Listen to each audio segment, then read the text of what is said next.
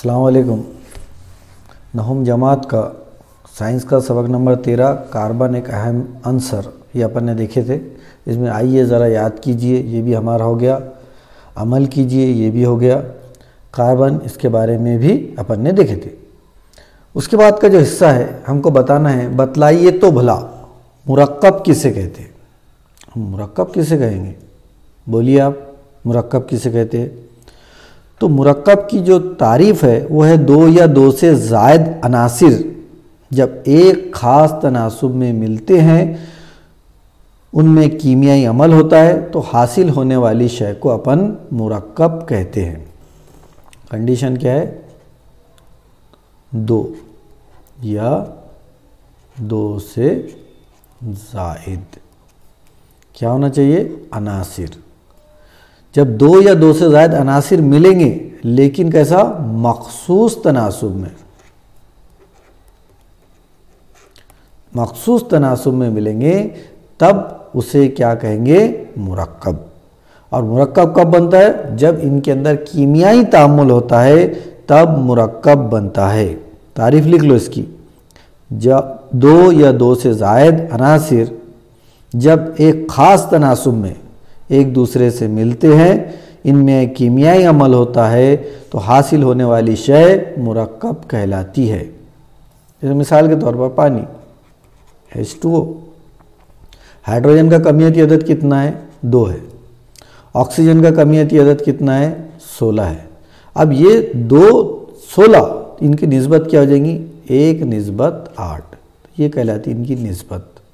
मतलब 1 gram hydrogen और 8 gram oxygen, क्या बोलेंगे अपन, ये अपना सबक नंबर 4-5 में हो गया ऑलरेडी, कि 1 ग्राम हाइड्रोजन और 9 ग्राम 8 ग्राम ऑक्सीजन मिलकर जो पानी का सालमा बनाएंगे वो बनाएंगे 9 ग्राम। ठीक है। तो अब इसके अंदर जो रेशो रहता, क्योंकि H2 है, कि हाइड्रोजन के कितने साल में 2 है, इसलिए लिखेंगे हम 9 ग्राम क्या बनाएंगे, वो पानी बनाएंगे। 1 ग्राम हाइड्रोजन और 8 ग्राम ऑक्सीजन, क्योंकि देखो हाइड्रोजन 2 है, हाइड्रोजन का कमियती अदद कितना है, 1 है। ऑक्सीजन का कमियती अदद कितना है, 16 है। तो H2 होने की वजह से अपन लिखते 2 ज़रब 1 और इसको लिखते अपन 16 ज़रब 1, 2 1 2, और ये हो जाएगा 16, 2 1 2, 2 8 16। मतलब इसकी जो निस्बत है वो 1:8 है।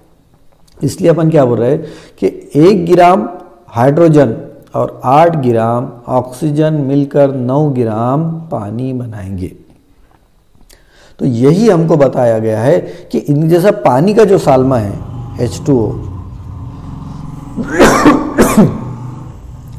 तो ये जो है इसके अंदर हाइड्रोजन और ऑक्सीजन जो है एक मखसूस तनासुब में है। इसका रेशो जो है, इसका जो रेशो है, जिसका तनासुब है, वो कैसा है, फिक्स है। तो इसके अंदर भी, मुरक्कबात के अंदर भी 2 या 2 से ज़्यादा अनासिर जब मिलते तो उनका जो तनासुब रहता वो फिक्स रहता, ये बताया गया है हमको। ठीक है। ये एक तो कुदरती तौर पर होते या इनको मसनूई तौर पर तैयार किया जाता। ठीक है। अब इसके अंदर अपन जब आगे बढ़ रहे तो इसके अंदर देखो एक नई चीज़ हमको देखने को मिलेंगी, वो है नामियाती मुरक्कबात। नामियाती मुरक्कबात किसे कहते हैं वो देखना है आपने। देखो यहाँ पर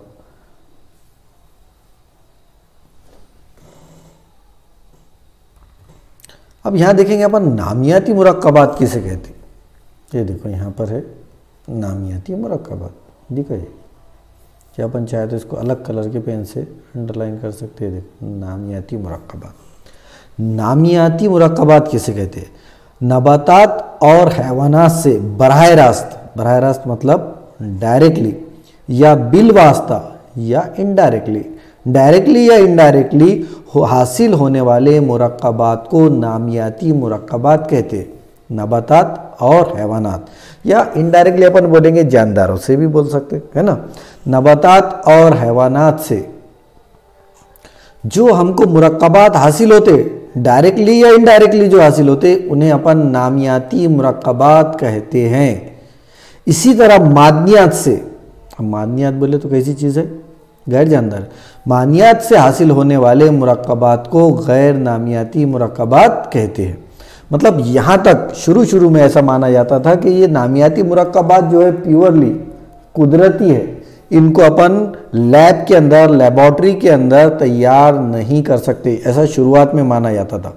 ठीक है, अब आगे अपन देखेंगे कि भाई अब जो नामियाती मुरक्कबात है ये लैब में भी तैयार हो सकते हैं, और बहुत सारे नामियाती मुरक्कबात आजकल लैब में तैयार हो चुके हैं। लैब बोले तो लेबॉर्ट्री, जिसको साइंसदान तैयार करते उसको अपन बोलेंगे मसनूई।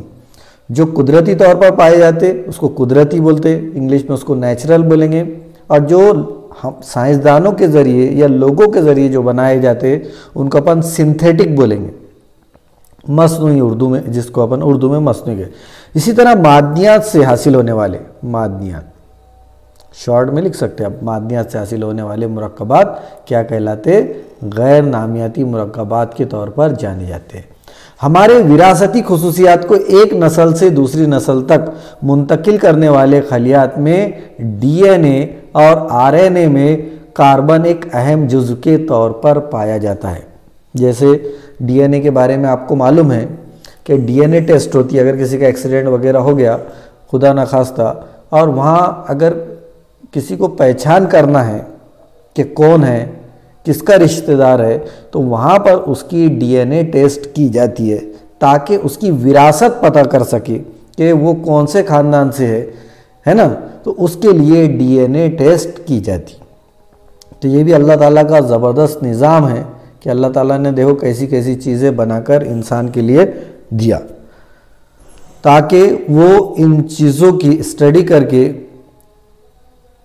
अल्लाह को और अच्छे तरीके से पहचान सके, है ना, कि ये इतनी अच्छी अच्छी चीज़ें बनाए अल्लाह ताला ने, तो इसको बनाने वाला कितना ज़बरदस्त होगा।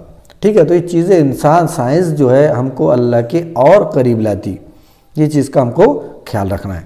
ठीक है, तो ये डीएनए और आरएनए में भी कार्बन एक अहम जुज़्व के तौर पर पाया जाता है, इसमें भी कार्बन पाया जाता, इम्पॉर्टेंट पार्ट है इसका, डीएनए का भी और आरएनए का भी कार्बन जो है एक इम्पॉर्टेंट पार्ट है। अब साइंसदान का तारुफ, जर्मन कीमियादा जो केमिस्ट्री वगैरह के तजुर्बे करते हैं उसको बोलते हैं अपन कीमियादा। हुलर ने गैर नामियाती मुरक्कब अमोनियम साइनाइड, ये अमोनियम साइनाइड से यूरिया नामी नामियाती मुरक्कब की तालीफ की, मतलब उसने बनाया। तब से बड़े पैमाने पर कई नामियाती मुरक्कबा, इससे पहले लैब में या किसी साइंसदान ने ये सोचा नहीं था कि अपन लैब के अंदर भी नामियाती मुरक्कबात बना सकते, लेकिन ये पहला साइंसदान था ओलर जिसने गैर नामियाती मुरक्कब अमोनियम साइनाइड से यूरिया नामी, ये यूरिया जो है ये कैसा है, नामियाती मुरक्कब है, इसकी तालीफ की। तब से बड़े पैमाने पर अब यहाँ से इसके बाद से कई नामियाती मुरक्कबात और गैर नामियाती मुरक्कबात तैयार किए गए हैं। इसके बाद कई साइंसदानों ने, जैसे एक बार लिंक मिल गई हमको, एक आइडिया मिल गया, और आइडिया मिलने के बाद अब साइंसदानों ने नए नए बहुत से नामियाती और गैर नामियाती मुरक्कबात तैयार कर लिए। इन तमाम मुरक्कबात में कार्बन बुनियादी जुज़्व अंसर के तौर पर मौजूद है। इनका सबका जो बेस है, जिसके अंदर मेन जो है वो क्या है, कार्बन है। इसलिए नामियाती कीमिया को कार्बनी मुरक्कबात की कीमिया भी कहते हैं, क्योंकि इसमें जो अहम जुज़्व के तौर पर कार्बन अपना रोल अदा करता है, इसलिए इसको कार्बनी मुरक्कबात की कीमिया भी कहते हैं। जैसे अमोनिया है NH4, इसको साइनाइड के साथ CNO के साथ तामुल करे तो हमको NH2CONH2, और NH2CONH2 का जो ज़ाब्ता है, नाम है, वो है यूरिया। अपने नोटबुक में लिख लो कि NH2CONH2 ये जो मुरक्कब हमको हासिल हुआ इसका नाम है यूरिया। आगे बढ़ते अपन, ये साइंसी शीशी कशरे अर्ज में तकरीबन 0.27%, इसको 0.27 नहीं पढ़ते अपन ना, आशारिया के बाद हर डिजिट सेपरेट सेपरेट पढ़ते, तो इसको पढ़ेंगे अपन 0.27%। कार्बोनेट कोयला और कार्बोनेट कोयला और पेट्रोलियम की शक्ल में पाया जाता है, जबकि माहौल में मौजूद कार्बन का तनासुब कार्बन डाइऑक्साइड की शक्ल में तकरीबन 0.03 होता है। बहरे आज़मों की तह में पाई जाने वाली बाज़ किस्म की नबातात पानी के कार्बन को कैल्शियम कार्बोनेट में तब्दील करती है। ये हो गया। अब देखो, कार्बन का वकू मतलब पैदा होना, ऑकरेंस ऑफ कार्बन, कार्बन कहाँ पाया जाता? तो लातीनी जबान में कार्बो का मतलब होता है कोयला, लातीनी लफ्ज है क्या? कार्बो, कार्बो का मतलब होता है कोयला। जैसे अपन ने आमतौर पर देखे कि जब अपन दूध को पूरी तरीके से जला लेते या उबाल लेते तो आखिरी पे जो बचता काला काला, तो उसके अंदर क्या पाया जाता? कार्बन पाया जाता है ना। अपन ने पढ़े इससे पहले इस सबक के स्टार्टिंग के अंदर। तो लातीनी जबान में कार्बो का मतलब है कोयला, और उसी से इसका नाम क्या पड़ा? कार्बन। मतलब कार्बन आमतौर पर जली हुई चीज से या कोयले से अपने को हासिल होता, इसलिए इसका नाम क्या है? कार्बन हुआ। तो अपन यहाँ सवाल भी आ सकता है कि कार्बन का नाम कार्बन क्यों पड़ा? तो तब अपन लिखेंगे कि लातीनी जबान में कार्बो का मतलब कोयला होता है, इस पर से इस आंसर को कार्बन नाम हासिल हुआ। ठीक है। उसके बाद आगे जब बढ़ते अपन तो पाए जाते हैं कि कार्बन एक ऐसा है जो आज़ादाना तौर पर, मतलब प्योर कार्बन, कार्बन की सूरत में भी पाया जाता है, इसको बोलेंगे अपन आज़ादाना। कार्बन कार्बन कार्बन इस तरीके से कार्बन चैन की सूरत में भी पाया जाता, मतलब सिर्फ कार्बन कार्बन। और मुरक्कब हालत में भी पाया जाता है, जैसे अपन लिखे CH4 है ना, उसके बाद CH3OH, इस तरीके से मुरक्कबात की सूरत में भी पाया जाता, आज़ाद हालत में भी पाया जाता और मुरक्कबात की शक्ल में भी पाया जाता। आज़ाद हालत में जो इसकी मिसाल है वो हीरा और ग्रेफाइट है। देखो ये आगे दिया हुआ है अपने को, ये हीरा, ये कार्बन की आज़ाद हालत है।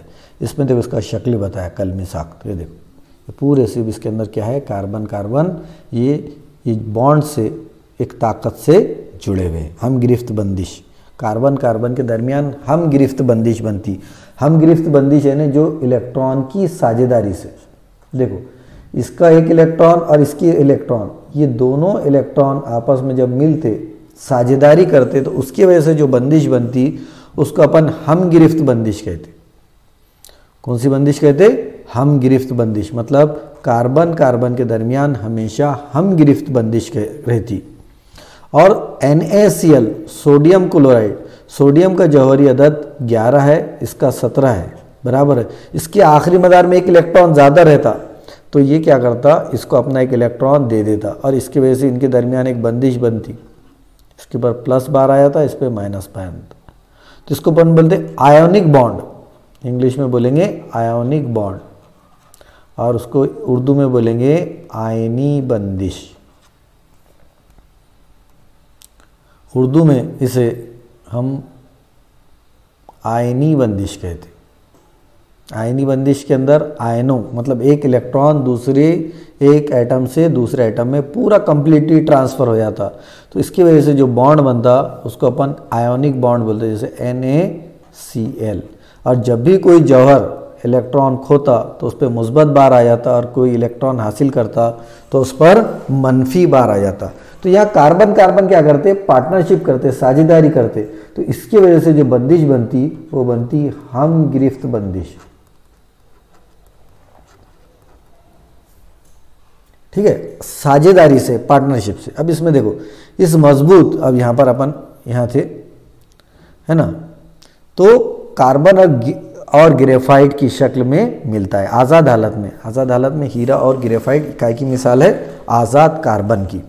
मुरक्कब हालत में कार्बन जैल के मुरक्कबात से हासिल होता है, कार्बन डाइऑक्साइड से। कार्बोनेट की शक्ल मसलन कैल्शियम कार्बोनेट, संगमरमर तो आपने देखा ही है, मस्जिदों वगैरह के अंदर लगा हुआ रहता है आमतौर पर। ठीक है, उसके बाद कैलामाइन, कैलामाइन का जाब्ता लिख लो, कभी भी काम पड़ सकता, ZnCO3। उसके बाद अगर रकाजी ईंधन की बात की अपन ने तो पत्थर का कोयला, पेट्रोलियम और कुदरती गैस, इसके अंदर भी कार्बन पाया जाता है। और कार्बनी ग़िज़ाई अज्जा, कार्बोहाइड्रेट, प्रोटीन, चर्बी, इसके अंदर भी क्या पाया जाता? कार्बन। इससे भी हमको कार्बन हासिल किया जाता। कुदरती धातु में कपास, ऊन, रेशम अपन ने देखे शुरुआत में कि तो एक इम्तिहानी नली में ये लेकर जलाने का बोला हुआ था और आखिरी पे हमको काला सा जो चीज़ मिलती वो है कार्बन, मतलब इससे भी हमको कार्बन हासिल होता। अब अपन देखेंगे कार्बन की खुसूसियात, क्या खासियत क्या है, प्रॉपर्टीज़ क्या है इसकी कार्बन की, प्रॉपर्टीज़ ऑफ कार्बन। पहला है बहरूपियत की। आप अगर अपने घर में अपने वालिदा से या अपने दादी जान से या नानी जान से पुराने ज़माने में बहरूपियों के बारे में ज़रूर मालूमात हासिल करें कि पहले ज़माने में बहरूपिया भी पाए जाते थे। बहरूप क्या करते थे कि अपनी शक्ल बदल लेते थे, किसका भी शक्ल यानी उनके अंदर एक सलाहियत थी या वो एक्टिंग वगैरह ऐसा करते थे कि किसी का भी रूप इख्तियार कर लेते थे, तो उनको पहले के ज़माने में बहरूपी कहते थे। ठीक है, तो अब जो है इसके अंदर भी कार्बन के अंदर भी क्या खासियत पाई जाती है, बहरूपियत की, मतलब उसका जो तबई हालत है, बैरूनी जो हालत है वो अलग अलग रहती, जबकि कीमियाई खुसूसियात एक जैसी रहती। जैसे फितरत में कुछ अनासिर एक से ज़्यादा हालतों में पाए जाते हैं, एक से ज़्यादा। इन अनासिर की कीमियाई खुसूसियात ही अक्सर रहती, इसको अंडरलाइन करना है अपने को। इन अनासिर की कीमियाई खुसूसियात, इसको अंडरलाइन करेंगे अपन ना। इनकी जो कीमियाई खुसूसियात है, इस अनासिर की कीमियाई खुसूसियात यकसा होती है।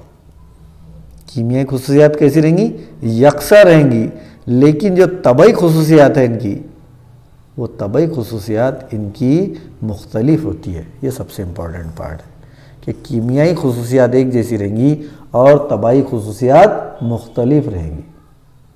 ठीक है, ये चीज़ का ख्याल रखो। तबई बोले तो जो हमको नज़र आती, उसको बोलेंगे अपन तबई खुसूसियात मुख्तलिफ। किसी शय की मुख्तलिफ तबई हालात लेकिन यकसा कीमियाई हालत में वाक़े होने की खुसूसियात को बहरूपियत कहते हैं। सवाल आ सकता है कि बहरूपियत किसे कहते हैं, तो अपन जवाब में लिखेंगे किसी शय की मुख्तलिफ तबई हालत, तबई हालत जो है वो मुख्तलिफ हो लेकिन कीमियाई हालत जो है वो कैसी हो, यकसा हो, उसकी इस खासियत को अपन बहरूपियत कहते हैं।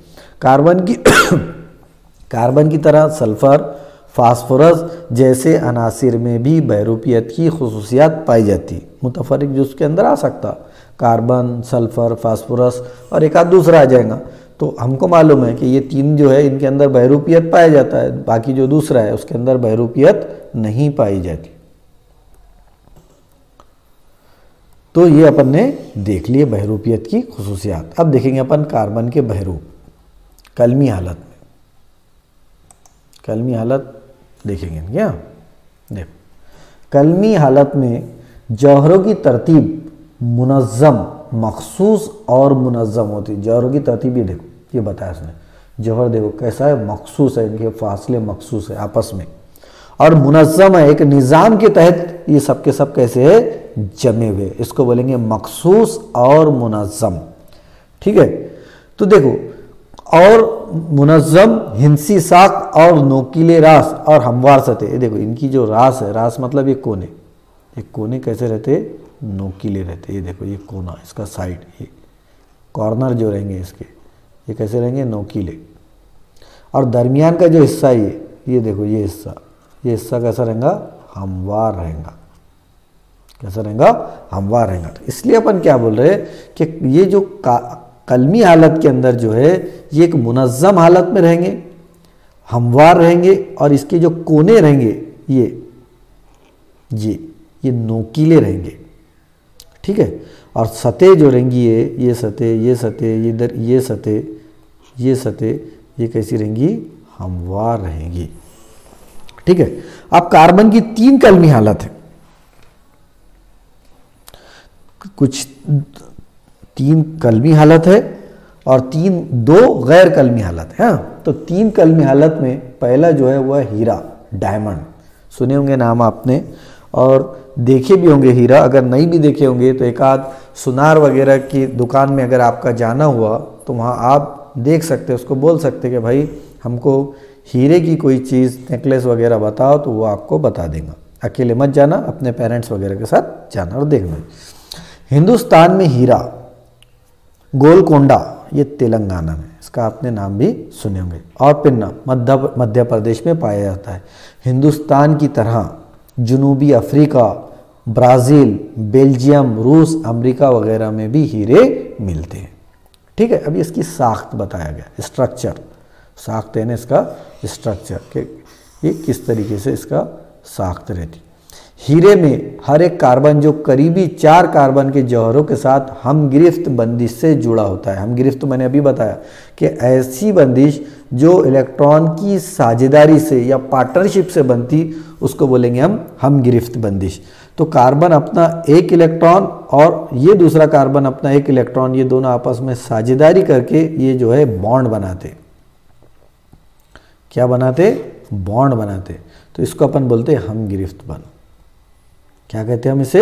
हम गिरफ्त बंध। और एक आयोनिक बॉन्ड रहता, जब दो अपने, ये देखो ये कार्बन कार्बन, ये दोनों के दरमियान जो बॉन्ड है इसको बोलेंगे अपन हम गिरफ्त बॉन्ड, साझेदारी से। और आयोनिक बॉन्ड NaCl, जहाँ एक इलेक्ट्रॉन, एक एटम दूसरे एटम को एक कंप्लीटली एक इलेक्ट्रॉन ट्रांसफर कर देता। यहाँ शेयरिंग हो रही, साझेदारी हो रही, इससे इसको हम गिरफ्त बोल रहे हैं। और यहाँ पूरा एक सोडियम एक इलेक्ट्रॉन पूरा का पूरा क्लोरीन को दे रहा, और यहाँ आयन बन रहे, इसलिए इसको आयोनिक बॉन्ड बोलते। आयन बन रहे तो इसको क्या बोलेंगे अपन? Ionic bond. उर्दू में बोलेंगे इसको आयनी बंदिश। तो ये जो है, ये देखो ये कार्बन, एक मिसाल के तौर पर अपन ने देखी, ये कार्बन देखो, ये कार्बन क्या करा हुआ है, ये कार्बन से मिला हुआ है, ये कार्बन से मिला हुआ है, ये कार्बन से मिला हुआ है, ये कार्बन से, ये कार्बन देखो नज़दीक, ये पहला कार्बन, ये अगर अपना मेन कार्बन है तो ये दूसरा कार्बन, ये इसका तीसरा कार्बन, ये ऐसा चौथा कार्बन। हर कार्बन दूसरे 4 कार्बनों से मिलकर जुड़ा हुआ है। ठीक है, तो इसलिए अपन बोलते हैं कि ये जो हालत है कार्बन की, ये प्योर है, खालिस हालत में या आज़ाद हालत में है। आज़ाद है मतलब इसके साथ कोई नहीं है, आज़ाद है, अकेला है, तो इसको बोलेंगे अपन आज़ाद हालत में पाया जाता। तो उसमें सबसे बड़ी पहली मिसाल थी हीरा, ये हीरे में। ठीक है, अब इसकी खुसूसियात क्या है हीरे की? हीरा चमकदार होता है। खालिस हीरा कुदरती मादों में सबसे सख्त शय है। ये पॉइंट हमको याद में रखना है कि कुदरती मादों में सबसे सख्त अगर कोई शय है तो वो क्या है? हीरा है। हीरे की कसाफत, डेंसिटी, कसाफत का ज़ाब्ता क्या है? कमियत बटे हजम, है ना। और इसकी इकाई, कमियत की इकाई अगर अपन ने ग्राम लिए और हजम की इकाई क्या रहती है? मकबसम, तो ये रहेंगे ग्राम मकबसम। तो इसकी जो हीरे की जो कसाफत है वो है 3.5 ग्राम पर क्यूबिक सेंटीमीटर। नुक्ता पिघलाव, हमारा जो पानी है वो 100 डिग्री सेल्सियस पे उबलना शुरू हो जाता है, और इसका जो नुक्ता पिघलाव है वो है 3500 डिग्री सेल्सियस। बहुत ज़्यादा है, बहुत ज़्यादा। ऑक्सीजन की मौजूदगी में 800 डिग्री सेल्सियस पर, कितना? 800 डिग्री सेल्सियस पर, बहुत ज़्यादा होता। हीरे को गर्म किया जाए तो कार्बन डाइऑक्साइड गैस खारिज होती है। इस अमल में CO2 के अलावा कोई भी शय हासिल नहीं होती। ऑक्सीजन के साथ, मतलब खुली हवा में उसको जला रहे अपन, तो हमको कौन सी गैस हासिल होंगी? CO2।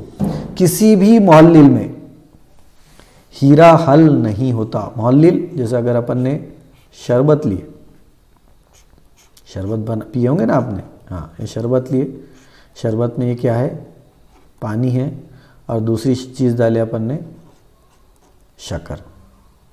तो पानी जो है, पानी कहलाएगा हमारा मोहल्लिल, नहीं सॉरी महलूल। पानी क्या कहलाएगा? महलूल। और जो हल होता इसको बोलेंगे अपन मोहल्लिल।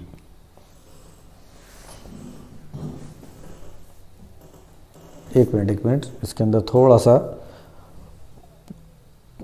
कंफ्यूज हो गया, एक मिनट अपन इसको क्लियर करते। देखो, मोहल्लिल मतलब जिसके अंदर शय हल होती। ठीक है, तो पानी जो है ये मोहल्लिल है, और जो इसमें हल हो रही है शय, उसको अपन बोलते हैं मुनहिल। ये मुनहिल हो गया, ये मोहल्लिल हो गया, और दोनों के मिलने से जो हासिल हुआ वो हासिल हुआ महलूल। पानी को आफाकी मोहल्लिल कहते। ये भी सवाल ध्यान में रखो, मैं जितनी चीज़ें बोल रहा हूँ उस पर ध्यान देना है। पानी को आफाकी मुहल्लिल कहा जाता है। क्यों कहा जाता है? क्योंकि पानी में बहुत सारी चीज़ें हल हो जाती, इसलिए पानी को आफाकी मुहल्लिल कहा जाता। अब यहाँ पर देखो, पानी क्या है? शरबत बनाया अपन ने, तो पानी होगा उसमें मुहल्लिल और शक्कर हो जाएंगी उसमें मुनहिल, तो दोनों के मिलने से जो बना वो कहलाता महलूल। और एक मिसाल आप अपनी तरफ से बोलिए, ठीक है, आपकी तरफ से बोलिए खुद।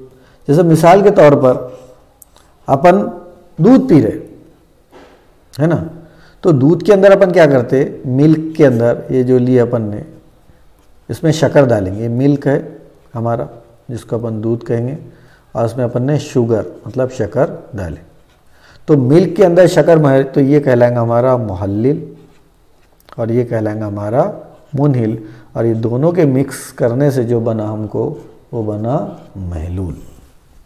ठीक है, क्या बना? महलूल।